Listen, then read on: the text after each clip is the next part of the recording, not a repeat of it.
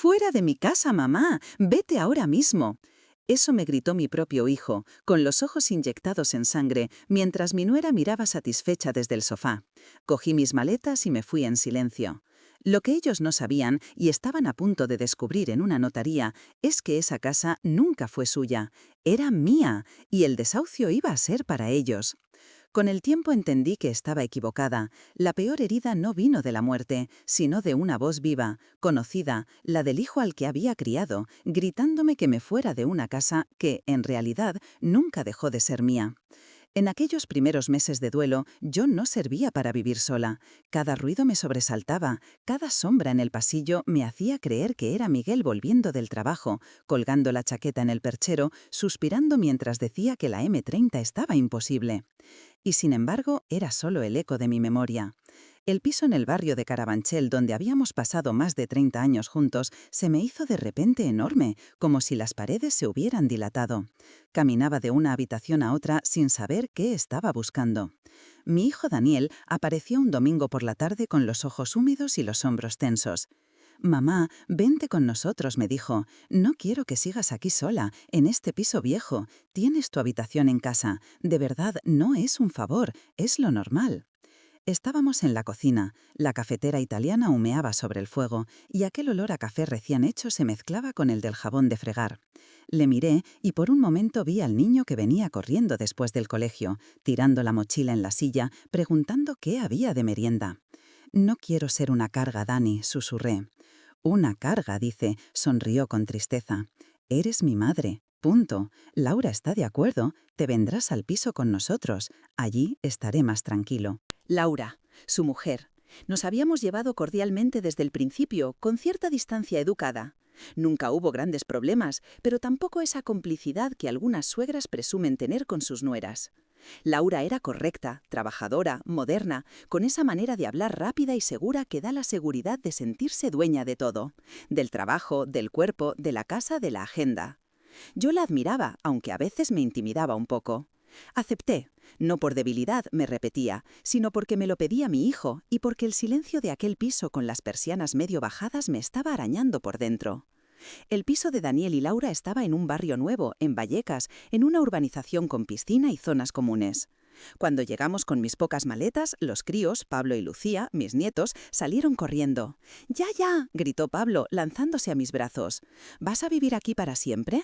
Lucía me abrazó a la cintura, escondiendo la cara en mi chaqueta. Apreté la mandíbula para no llorar. «Para siempre no existe, cariño», le dije, acariciándole el pelo. «Pero voy a estar aquí una buena temporada». Laura nos esperaba en la puerta del piso con una sonrisa leve, de esas que se dibujan sin terminar de llegar a los ojos. «Hola, Carmen», dijo, besándome las mejillas. «Tenemos la habitación preparada. He hecho sitio en el armario para tus cosas». Todo estaba impecable. El salón con sofás grises, plantas altas en las esquinas, cojines que parecían elegidos por un decorador. La cocina brillaba, había un orden casi quirúrgico, los frascos alineados por tamaño, los electrodomésticos sin un solo cable fuera de sitio. Mi habitación, la habitación de invitados reconvertida, era pequeña pero luminosa. Una cama individual, un armario blanco, una mesilla con una lámpara de diseño. Sobre la cama, Laura había dejado una colcha nueva y doblada encima, con el ticket aún dentro por si no me gustaba. «Espero que estés a gusto», dijo. «Si necesitas algo, avísame». «Está todo muy bien, hija», respondí. «Gracias». Ella sintió, cortés, y se marchó al salón. La puerta quedó medio entornada. Desde dentro oía sus pasos, el sonido de los cubiertos, las voces de los niños. Todo eso iba a ser mi banda sonora a partir de entonces. Los primeros días intenté ser invisible. Me despertaba muy temprano, a la hora en que siempre me levantaba con Miguel. Me vestía y me iba directa a la cocina. Preparaba café, tostadas, alguna tortilla francesa para los niños, incluso un poco de tortilla de patata de la que siempre le gustó a Daniel. Había algo de consuelo en repetir gestos de toda una vida. El primer día, cuando Daniel bajó, en camisa y con la corbata aún en el bolsillo, sonrió de verdad. «Madre mía, esto sí que es volver a casa de verdad», dijo, abrazándome por los hombros. Hacía años que no olía café así por la mañana. Se sentó, devoró media tortilla y mojó pan en el aceite como cuando tenía 15 años. Yo sentía una paz casi física. Laura apareció unos minutos después, con el móvil en la mano, el pelo recogido en un moño perfecto. Se detuvo en seco al ver la mesa puesta. ¿Has cocinado?, preguntó, sin disimular del todo la sorpresa. Sí, hija, he hecho un poco de tortilla y tostadas, por si os apetecía. Ella sonrió, pero la sonrisa llevaba una rigidez extraña. «¡Qué detalle!», dijo. «Yo suelo tomar solo un café con leche y un yogur, pero está muy bien». Se sirvió un café, lo probó, hizo un gesto casi imperceptible de que estaba fuerte y añadió más leche. No se sentó con nosotros. Dio un sorbo, miró el reloj y murmuró algo sobre una reunión con el jefe de departamento. Aquella escena se repitió, con pequeñas variaciones, durante varias mañanas. Daniel agradecido. Los niños encantados, Laura distante, sin quejas explícitas, pero con una especie de incomodidad flotando en el aire. De vez en cuando decía pequeñas cosas. Yo suelo dejar los platos directamente en el lavavajillas, así no se acumulan en la pila. Suelo limpiar la encimera después de cada cosa, así evitamos olores. Eran frases aparentemente neutrales, pero con un filo fino, como si cada comentario viniera envuelto en papel de regalo, pero dentro hubiera una crítica doblada con cuidado. Intentaba adaptarme, colocaba las tazas donde ella las dejaba, usaba las bayetas que había ordenado por colores, una para encimera, otra para el baño, otra para el polvo. Aprendí el orden de las especias, de los claros a los oscuros. Me sentía como una invitada en un hotel caro, tratando de no descolocar nada.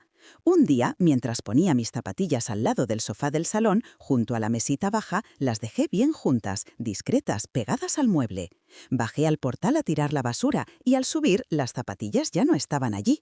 Las encontré en el pasillo, arrimadas a la pared, casi escondidas detrás de una planta alta. Laura pasó a mi lado con unas carpetas en la mano. «He movido las zapatillas», dijo, sin detenerse. «Así no se ve nada en el salón, queda más limpio». «¿Más limpio?». «Claro», respondí sonriendo por educación, «no te preocupes». Pequeñas cosas, siempre pequeñas, cosas que, si las contabas una por una, parecían tonterías, exageraciones, pero juntas empezaban a pesar. Una toalla que yo dejaba doblada en el baño trasladada al armario con otras, sin aviso. Mis tazas de flores discretamente apartadas a un estante alto, mientras las suyas quedaban al alcance. Mi frasco de colonia en el mueble de la entrada, colocado luego dentro de mi habitación, encima de la cómoda, con un «lo he metido aquí para que no esté todo por medio». Yo intentaba convencerme de que eran manías, que cada persona tiene su manera, que una casa nueva, una generación nueva, un estilo distinto. En España estamos acostumbrados a comentar, a opinar, a decir las cosas a medias. Me decía que yo era de otra época, de cuando las casas olían a puchero y a lejía y nadie hablaba de estética minimalista. Pero por las noches, en mi cama estrecha, sentía que algo se iba encogiendo dentro de mí. Los niños, por suerte, eran mi refugio. Por las tardes, cuando volvían del colegio, se tiraban en mi cama, mirando la tele en mi móvil o enseñándome vídeos de TikTok que ellos encontraban graciosos y yo apenas entendía. Yo les contaba historias de cuando su padre era pequeño y ellos se reían de imaginarse a Daniel con aparato en los dientes o llorando porque se había caído de la bici. A veces, Laura se asomaba a la puerta con el ceño fruncido. «No los acostumbres a ver pantallas en la cama», decía. «Luego no hay quien los duerma». «Solo están un ratito», respondía yo con cuidado. «Ya, pero un ratito todos los días se convierte en rutina y luego los malos son los padres, los malos, nosotros». Aunque nunca lo decía de golpe, siempre flotaba la misma idea, que mi presencia desordenaba algo, que yo era una interferencia en su sistema, en sus rutinas, en ese orden que los adultos jóvenes de ahora pregonan en redes sociales, en esos hilos de Twitter donde dan consejos sobre cómo gestionar el hogar. Un sábado la cosa se torció un poco más. Había preparado un cocido, algo sencillo, pero abundante. Había comprado garbanzos en el mercado de toda la vida, hueso de jamón, costilla salada, pollo, unas verduras frescas de la frutería de la esquina. La cocina estaba impregnada de ese olor profundo a caldo que a mí siempre me dio sensación de casa, de domingo. Daniel entró en la cocina, se llenó el plato con ojos brillantes. «Dios, mamá, esto es gloria», dijo. «Hacía años que no comía un cocido como el tuyo». Pablo y Lucía se pelearon por la pelota de carne más grande, chupándose los dedos y dejando pan mojado en el caldo, felices. Laura llegó más tarde, justo cuando yo estaba sirviendo en la mesa del salón con el mantel de cuadros que había traído de mi casa. Se detuvo en el marco de la puerta, frunciendo la nariz. «¿Has hecho cocido?», preguntó. «Sí, hija», respondí alegre. «Me parecía buen día, con el frío que está haciendo». Se acercó a la olla, respiró hondo y se echó hacia atrás. «Es que esto es muy pesado», dijo. «Mucha grasa, mucha cosa. Nosotros solemos comer más ligero, ¿no, Dani?» Daniel dudó. «Bueno, un día es un día», intentó. «Sí, un día, pero...» Laura me miró. «Te dije que ahora estamos cuidando la alimentación. Lo de los guisos tan contundentes ya no es para nosotros». Yo bajé la mirada al cucharón que tenía en la mano. Durante un segundo, el vapor de la olla me nubló las gafas. «Pues yo he quitado casi toda la grasa», dije, casi en un susurro. «Es más caldo que otra cosa. Pero si no os apetece, no pasa nada». Pablo, con la boca llena de garbanzos, protestó. «Yo sí quiero, mamá, está buenísimo». Laura clavó los ojos en su hijo. «Come despacio», le dijo con tono tenso, «y no repitas tanto». Se sirvió un plato ridículo, solo caldo, prácticamente sin nada dentro. Lo probó, apretó los labios. «Está fuerte para la noche», comentó. «Yo creo que hoy Dani y yo pediremos algo más ligero». La palabra pediremos fue un pequeño martillazo, como si yo no estuviera allí, como si mi trabajo, mi cariño, mi tiempo no existieran. Daniel se quedó a medio camino entre servirse más y dejar el plato. Me miró, luego la miró a ella. «Bueno», dijo al final, «si quieres, pedimos algo para ti y yo termino esto. No pasa nada». «No quiero oler a cocido toda la noche», respondió Laura. «Ya sabes luego cómo se queda el piso. Mejor que no». Recogió el plato casi sin probarlo y lo dejó en la encimera. Cogió el móvil y empezó a buscar restaurantes de comida japonesa.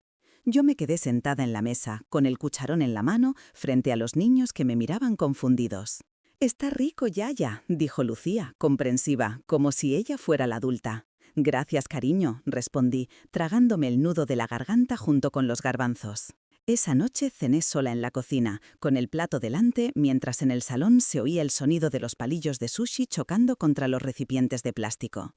No fue el cocido, no fue la toalla ni las zapatillas ni las tazas, fue la suma de todo eso lo que empezó a construir alrededor de mí una especie de muro invisible. Unos días después, el muro se agrietó de golpe. Fue una tontería, siempre es una tontería, al principio. Habíamos pasado la mañana de domingo bastante tranquilos. Daniel estaba montando una estantería del IKEA en el cuarto de los niños. Laura revisaba correos en el portátil con cara de estar salvando el mundo desde el sofá. Los críos corrían de un lado a otro, subidos de azúcar después de un desayuno con churros. En un momento, desde el salón, escuché un golpe y un pequeño grito ahogado. Corrí. Pablo estaba en el suelo, delante del sofá, con los ojos muy abiertos y la barbilla temblando. «¿Te has hecho daño?», pregunté, agachándome a su lado. Tenía un rasguño leve en la rodilla, apenas un puntito rojo, pero el susto le tenía paralizado. Le levanté despacio, lo senté en el sofá y le abracé. «Tranquilo, campeón», susurré. «No es nada. Mira, no ha salido casi sangre. Dentro de un rato ni te acuerdas». Él se agarró a mi cuello y hundió la cara en mi pecho, respirando agitado. Fue entonces cuando se oyó la voz de Laura desde el pasillo. «¿Qué ha pasado?». Entró y al ver la escena se le cambió la cara. «Mamá, se ha caído un poco», dijo Pablo con voz temblorosa. «Nada grave, hija», expliqué. «Solo un susto. Ya está». Laura frunció el ceño de una forma que ya conocía. «¿Te he dicho alguna vez que no le cojas así cuando se cae?», dijo, conmigo, pero como quien repite una norma en voz alta. La miré, desconcertada. «Está asustado, Laura. Es normal que quiera un abrazo». «Es que así no aprende a levantarse solo», insistió. «Tú siempre estás encima. Es demasiado. Le haces más dependiente». Me quedé en silencio un segundo, todavía abrazando al niño, que seguía temblando un poco. «Solo le he ayudado a levantarse», respondí. «No creo que eso le haga daño». Laura soltó un bufido corto. «Es que es siempre lo mismo. Siempre intervienes. Siempre estás en medio». Antes de que pudiera contestar, apareció Daniel en el marco de la puerta con el destornillador aún en la mano. «¿Qué pasa ahora?», preguntó, cansado. Laura se volvió hacia él. «Tu madre otra vez. Le he dicho 1000 veces que no intervenga cada vez que uno de los niños se tropieza. Tiene que dejar que se espabile». Yo sentí cómo el rubor me subía al cuello, caliente, humillante. «Solo le he ayudado a ponerse de pie», repetí. «Se ha dado un susto». Daniel me miró apenas un segundo. Aquel segundo fue suficiente para entender que algo muy dentro de él se había ido llenando de cosas que yo no había visto. «Mamá», dijo, y ya el tono me dolió. «Lo hemos hablado. Respetamos un estilo de crianza. No puede ser que cada vez que pasa algo tú entres corriendo y...». Soy su abuela, le interrumpí, casi sin darme cuenta. No soy una extraña, solo quiero... Es que no se trata de querer, alzaba la voz ahora, se trata de respetar nuestras normas. Es asterisco nuestra casa, asterisco nuestros hijos, asterisco, nuestra manera de hacer las cosas. La palabra nuestra me golpeó en el pecho, insistente, excluyente. Pablo seguía pegado a mí, pero yo noté que el ambiente se había vuelto denso, casi irrespirable. «Si os molesta que les consuele cuando se caen», dije en voz baja, «entonces no sé qué pinto aquí». El silencio se hizo un segundo.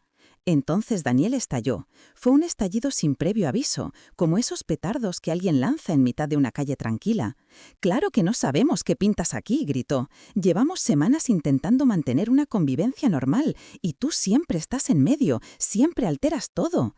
Noté que se me helaba la sangre. «Dani», susurré. Siempre una opinión, siempre una intervención, siempre una olla en la cocina, siempre un comentario con los niños, siempre tus cosas por medio, seguía él con la voz cada vez más alta. «Estamos agotados, mamá». Laura se calló entonces, con los ojos fijos en él. Ni siquiera sonreía, simplemente observaba. «Yo solo he intentado ayudar», dije. «Cocinar, cuidar de los niños, limpiar». «Nadie te pidió tanto», soltó él, casi escupiendo las palabras. «Te pedimos que vinieras una temporada, no que invadieras nuestra vida». Las palabras «invadieras nuestra vida» me atravesaron como una aguja fina. Solté a Pablo despacio, le di una palmadita en la espalda para que se apartara. Me incorporé con cuidado, tenía el corazón golpeando dentro del pecho. «Si crees que he invadido algo», dije, «lo único que puedo hacer es irme».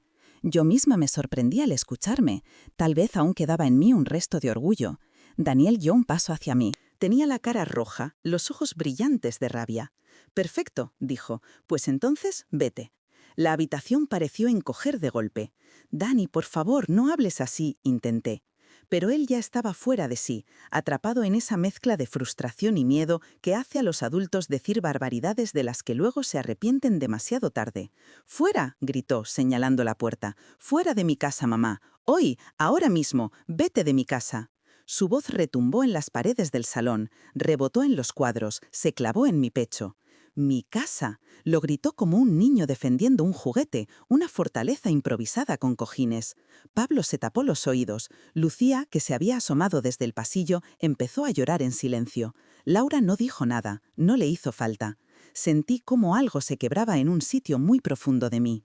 No fue un simple dolor, fue una certeza. Se había roto una línea que yo nunca había cruzado con mis padres, nunca. Me quedé mirándole unos segundos, esperando que se arrepintiera al instante, que dijera, «Lo siento, no era eso, estoy nervioso, hablemos». Pero las palabras no llegaron, solo su pecho subiendo y bajando, su mandíbula apretada, su mirada que ya no era la de mi hijo, sino la de un hombre que se siente dueño de algo y está dispuesto a expulsar a quien crea que lo pone en peligro. Noté que se me secaba la boca. «Muy bien», dije, al fin, con una calma que no sentía. «Me iré». Me giré despacio, sentí la mirada de los niños clavada en mi espalda. Subí a mi habitación, cada peldaño de la escalera sonaba como una despedida. Empecé a meter la ropa en las maletas sin doblarla demasiado, porque las manos me temblaban. Cada camisa, cada jersey, cada pañuelo que había llevado conmigo desde mi piso de Carabanchel y que ahora iba de nuevo a otro lugar desconocido.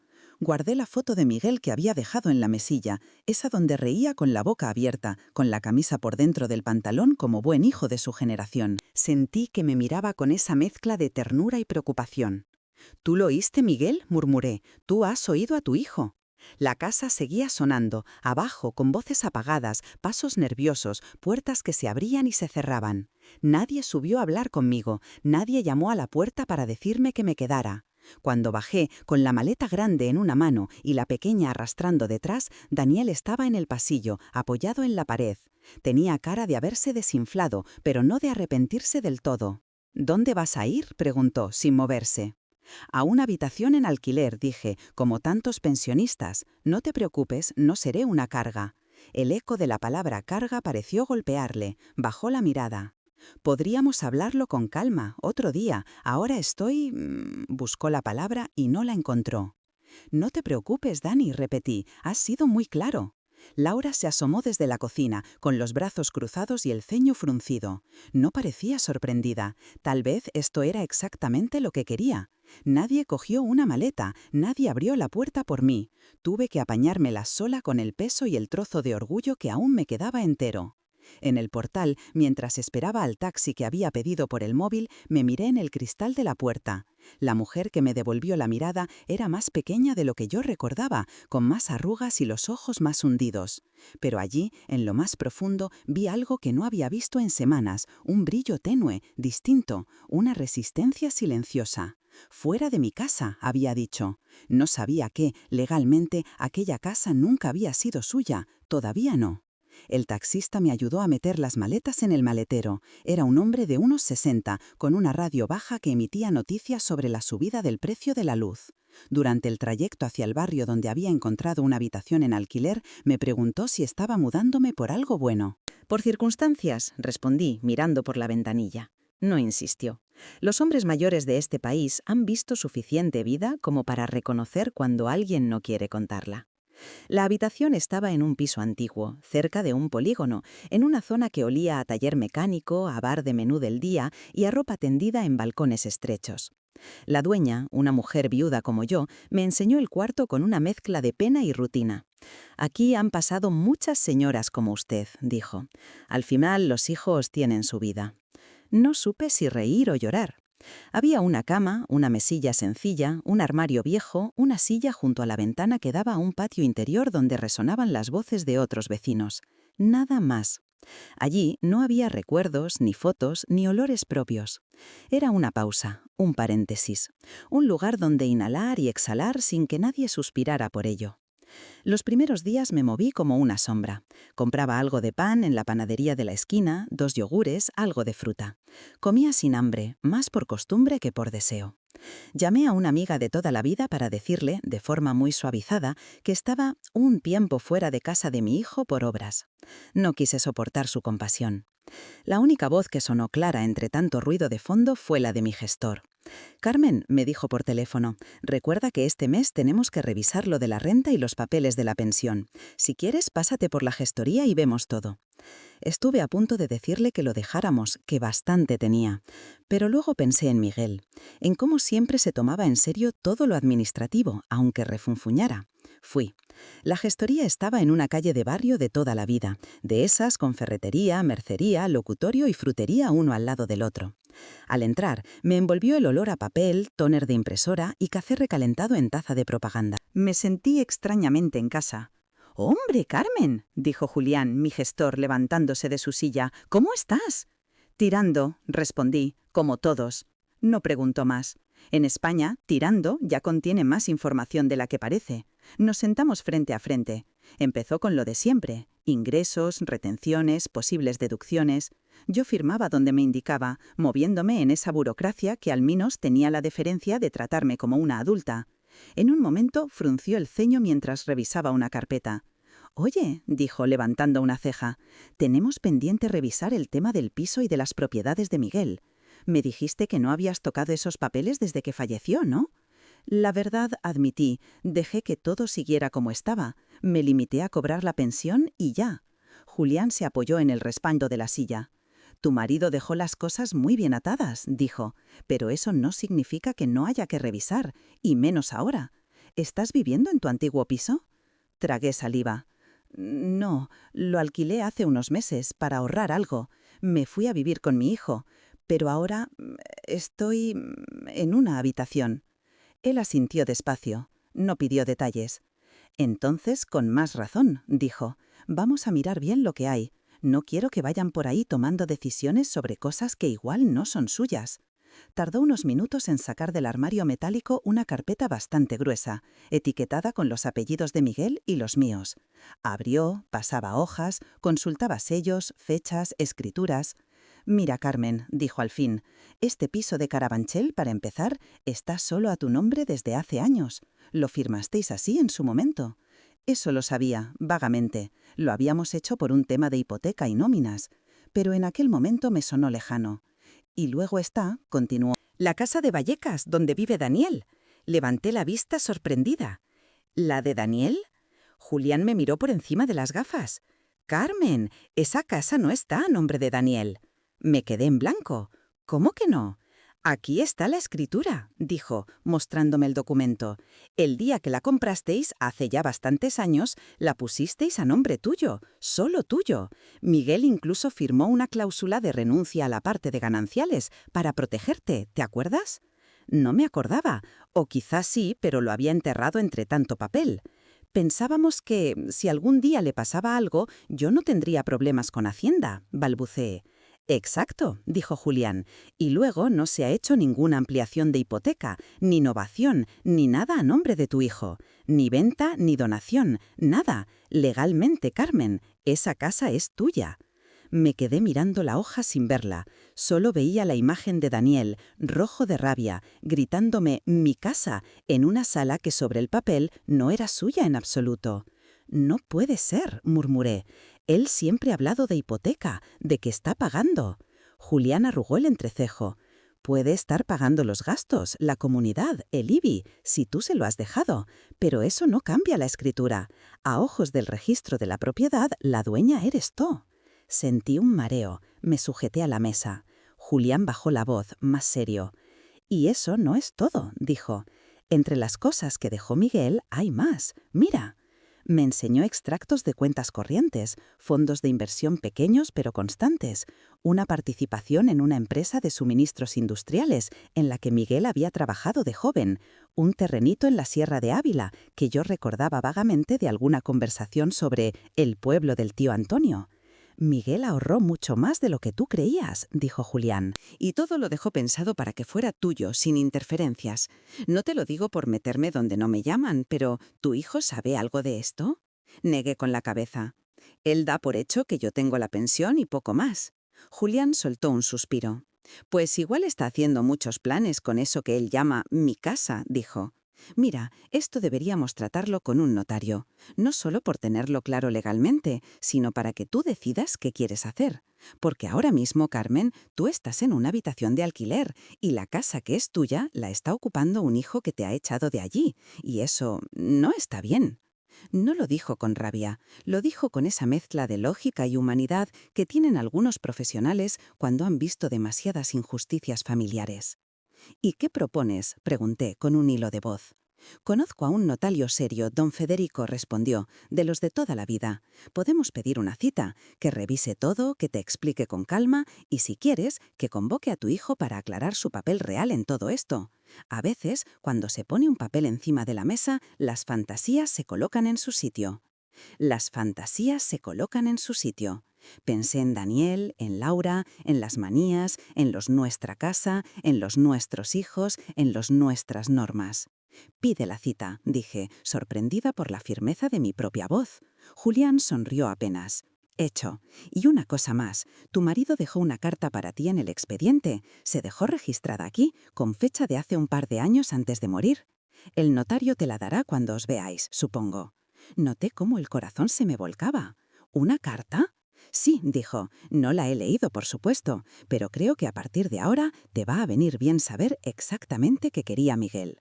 Salí de la gestoría con una carpeta bajo el brazo y mucha más dignidad de la que tenía al entrar. El aire de la calle me pareció distinto, ni más frío ni más cálido, pero más real, como si yo hubiera estado caminando por un decorado y de pronto alguien hubiera encendido la luz del backstage. Durante los siguientes días alterné las tareas pequeñas de mi nueva vida: hacer la compra en el día, lavar la ropa en la pequeña lavadora comunitaria del piso, colgarla en el tenderete de cuerda en el patio interior, con una especie de silencio interior imposible de explicar. No era venganza lo que empezaba a germinar dentro de mí, no todavía. Era algo más parecido a un reequilibrio. Había pasado semanas intentando hacerme pequeña para caber en la vida de mi hijo. De pronto descubría que tenía unos pies mucho más grandes de lo que recordaba, apoyados sobre un suelo que era mío y que llevaba mi nombre en letras registradas. La cita con el notario llegó más pronto de lo que esperaba. El día anterior apenas dormí, no por miedo, sino por la sensación de estar caminando hacia algo que no sabía cómo iba a terminar. La notaría de don Federico estaba en una calle amplia del centro, cerca de un parque donde los niños correteaban con pelotas y señoras mayores paseaban del brazo. La fachada era sobria. Por dentro, el edificio olía a madera encerada, a tinta de bolígrafo, a papeles firmados desde hacía décadas. La recepcionista, una mujer joven y amable, me condujo a un despacho luminoso. Las paredes estaban llenas de estanterías con libros de legislación civil y mercantil. Un reloj de pared marcaba los minutos con un tic-tac regular, casi hipnótico. Don Federico entró al cabo de un momento. Era un hombre alto, de pelo blanco cortado al ras, con gafas de montura fina y traje oscuro. Se movía con lentitud medida, como quien está acostumbrado a que todo el mundo le escuche sin necesidad de hablar alto. «Doña Carmen», dijo, estrechándome la mano. «Encantado. He revisado los documentos que nos envió su gestor. Tome asiento, por favor». Nos sentamos frente a frente. Sacó del archivador una carpeta con mi nombre completo y apellidos. La abrió con un gesto casi ceremonioso. «En primer lugar», dijo, «permítame darle el pésame por el fallecimiento de su marido. Por lo que he visto, era un hombre previsor. Dejó las cosas muy bien ordenadas». «Siempre fue así», respondí. «Le gustaba tener los papeles al día». «Eso se agradece», sonrió. «Le explico.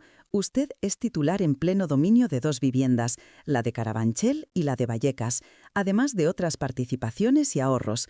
Su marido se aseguró de que todo quedara a su nombre, sin fisuras». Asentí despacio. Oírlo en voz alta tenía un efecto distinto que leerlo en frío. «Como sabrá», continuó, «en España la propiedad no depende de quién viva en un inmueble, sino de lo que dice la escritura y el registro de la propiedad. Y en este caso no hay duda, la única propietaria es usted. Su hijo no tiene a día de hoy ningún derecho real sobre esas viviendas, ninguno».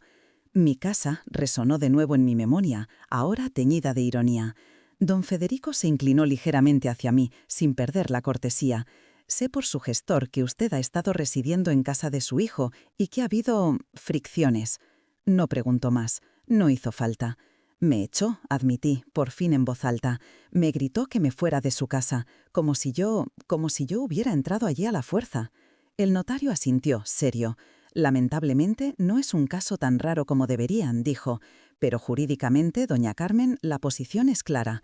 Usted fue invitada a vivir en una casa de su propiedad y, en un momento determinado, se le obligó a marcharse, sin base legal alguna. Si quisiera, podría reclamar daños y perjuicios». «No quiero», respondí al instante. «No quiero juicios, no quiero salir en el BOE ni en ninguna parte. Solo quiero saber dónde estoy yo en todo esto». «Está en el centro», dijo él, con firmeza. «Lo que yo le propuse a su gestor es que, antes de tomar decisiones sobre herencia, donaciones, cambios de titularidad, sería conveniente aclarar la situación con su hijo, que entienda que no puede decidir sobre lo que no es suyo, que sepa exactamente cuál es su papel, y luego, a partir de ahí, usted decidirá qué desea hacer con su patrimonio». Se me secó la boca. «¿Quiere que nos veamos los 3?», pregunté. «Sería lo ideal», dijo. «Yo puedo actuar como mediador. Mi función no es solo firmar, también evitar conflictos futuros. Muchas peleas familiares vienen por malentendidos sobre quién tiene derecho a qué. El derecho de su hijo en este momento es el de pedir, no el de exigir». Pensé en Daniel, en su cara desencajada, en la vena hinchada en el cuello cuando gritó. Pensé en Laura, con los brazos cruzados, mirando desde la esquina como quien espera a que su equipo marque gol. «¿Y si se ponen hechos una furia?», murmuré. «Eso ya no forma parte de la ley», respondió, «sino de las personas.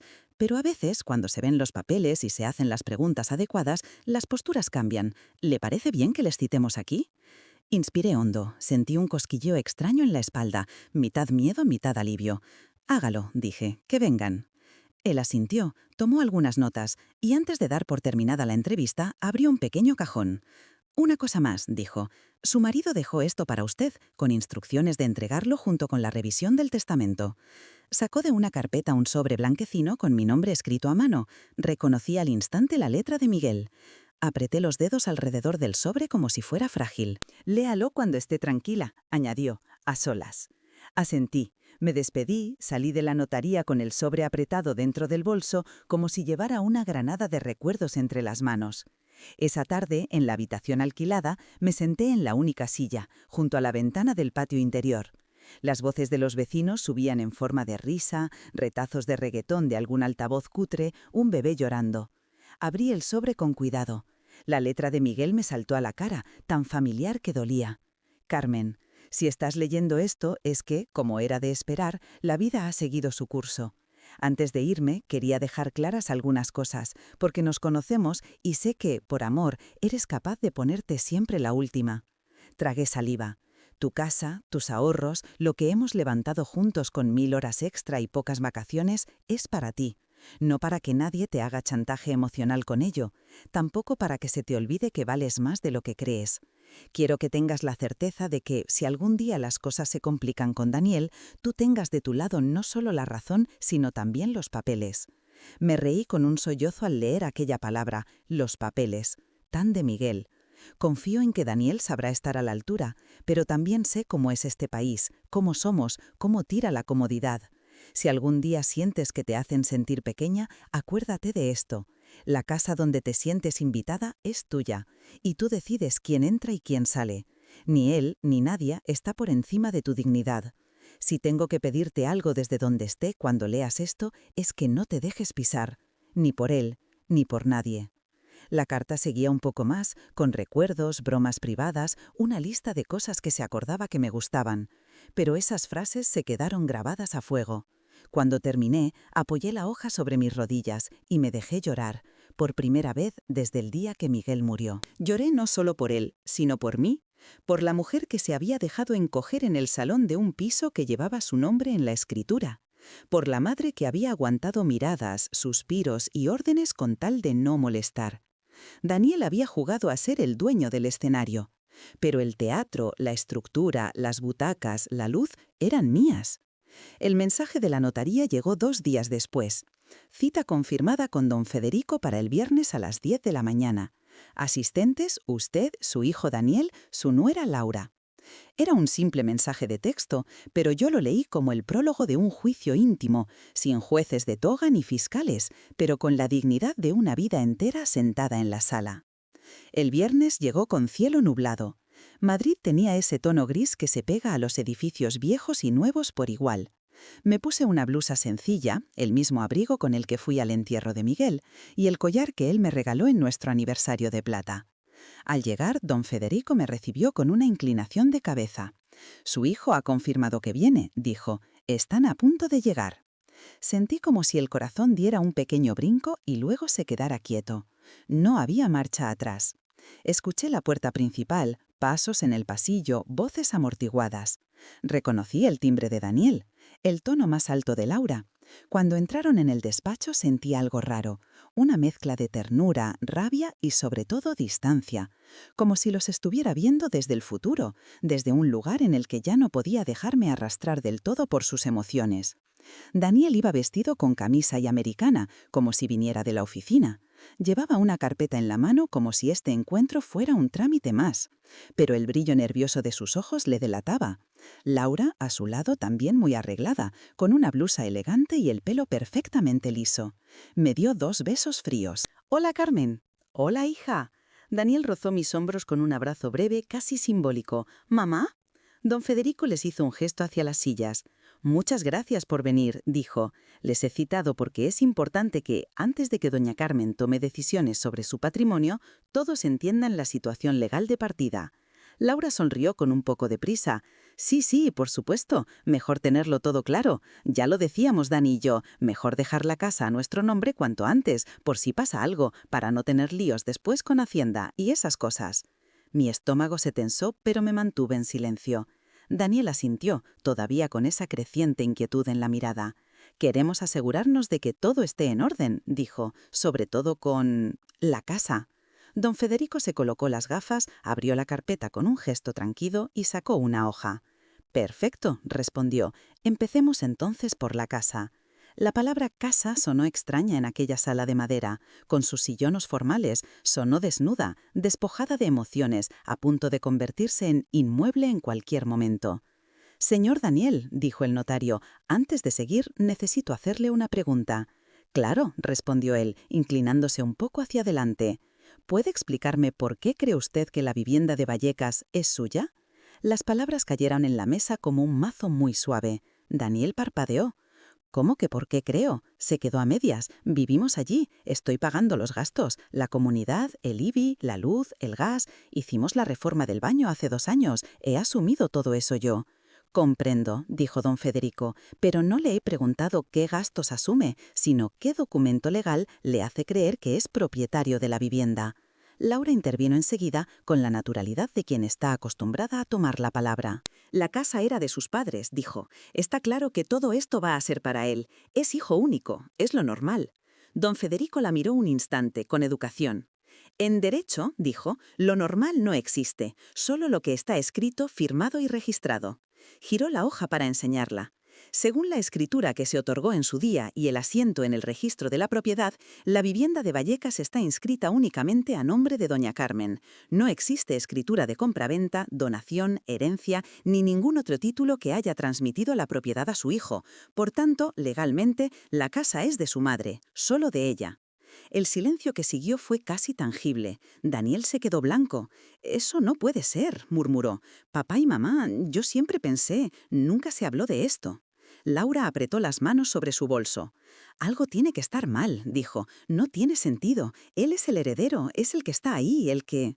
«Ser heredero», interrumpió el notario, con esa paciencia cortante que tienen algunos hombres, no es lo mismo que ser propietario hoy.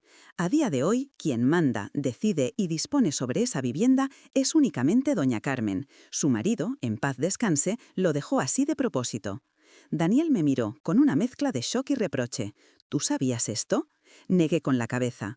«No con tantos detalles», dije. «Sabía que la casa estaba a nuestro nombre, pero no me había parado a pensar. Tu padre quiso protegerme, y yo confié, no hice preguntas». «¿Y ahora qué?», dijo Laura. «Vamos a hacer como si no lleváramos años haciéndonos cargo de todo. Esto no tiene ni pies ni cabeza».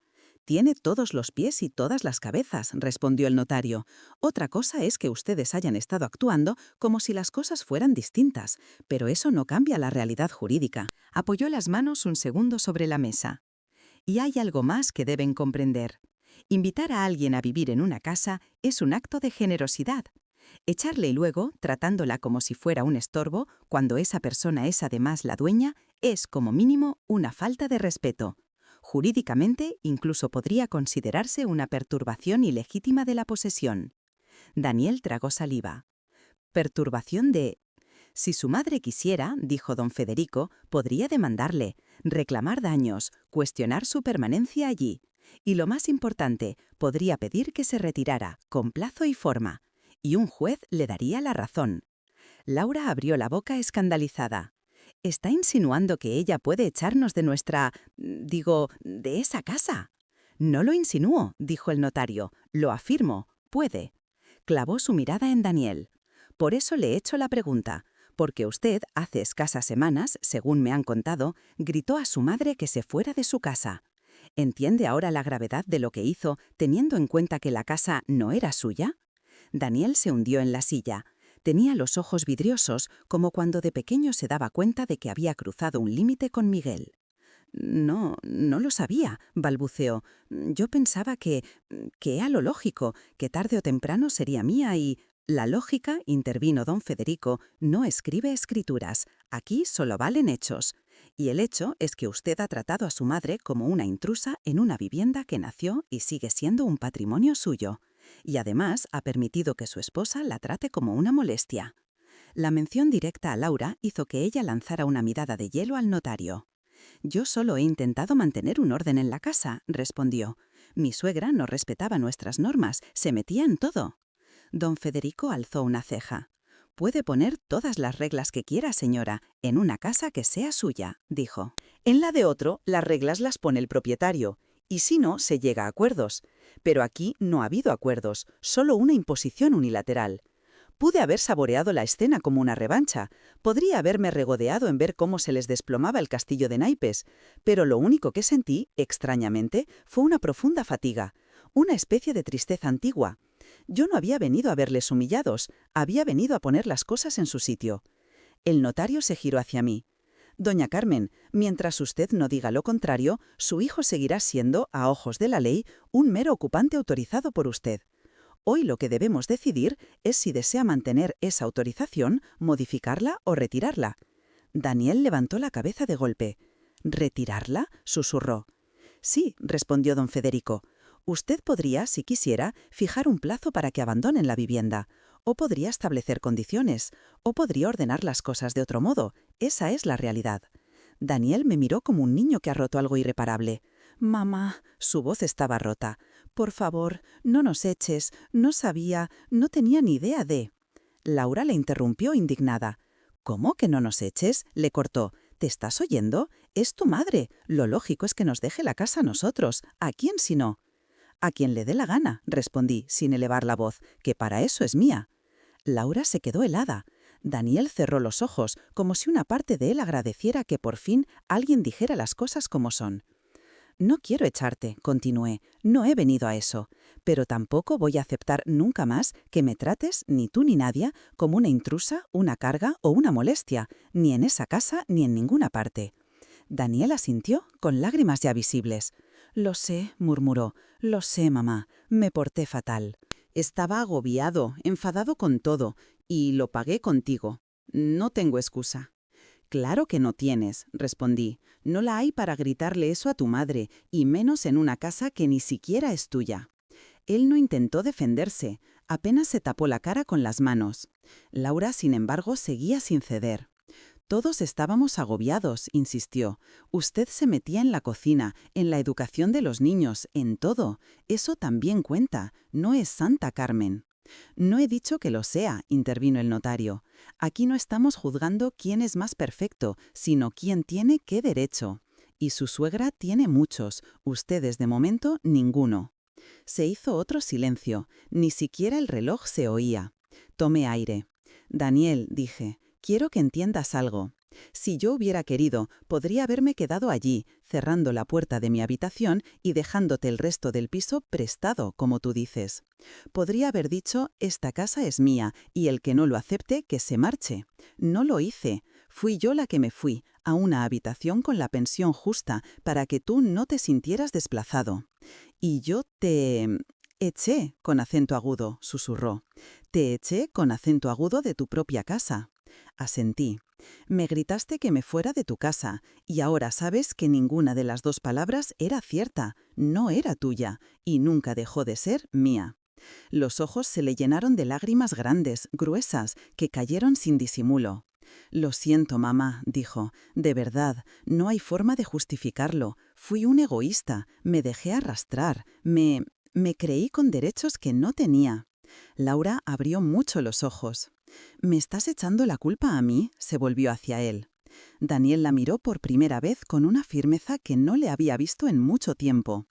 «Te dejé marcar el ritmo de todo», dijo, «de cómo se comía, de cómo se educaba a los niños, de quién tenía derecho a qué espacio. Y cuando te molestó que mi madre estuviera ahí, yo en lugar de poner límites grité, a ella, para que tú estuvieras tranquila. Eso lo hice yo, y fue una cobardía».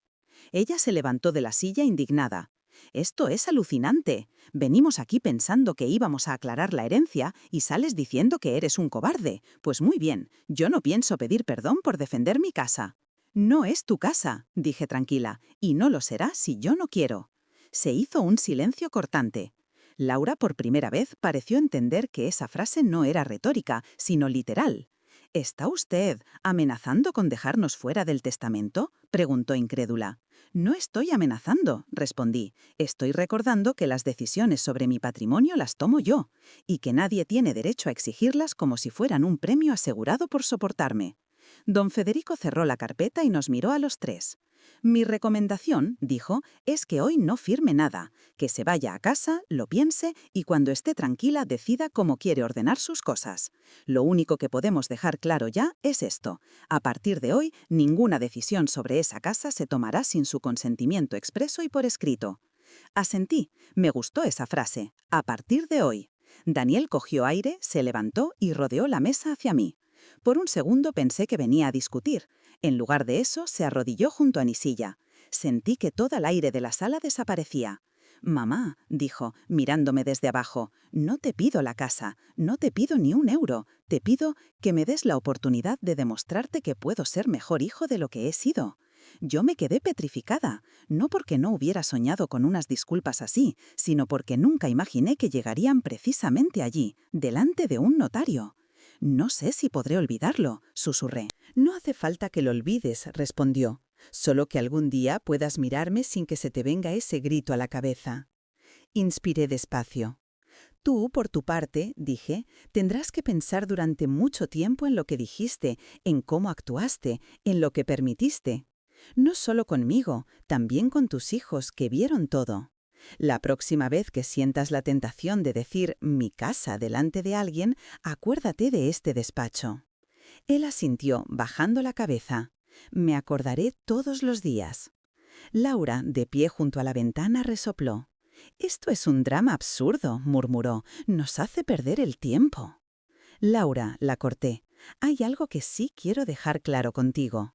No voy a permitir nunca más que me hables con desprecio, ni que me hagas sentir como un trasto viejo.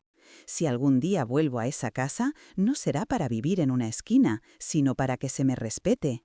Y si eso no encaja en tu sistema, la que tendrá que adaptarse serás tú, o marcharte. Pero yo no volveré a ser la que se vaya con las maletas sin ayuda». Sus labios temblaron. «Yo solo quería que las cosas estuvieran ordenadas», dijo, casi en un susurro, como si por un momento se permitiera ser honesta consigo misma. «La orden se puede mantener con cariño», respondí. «No hacía falta pisarme para que el sofá estuviera perfecto». Don Federico se levantó.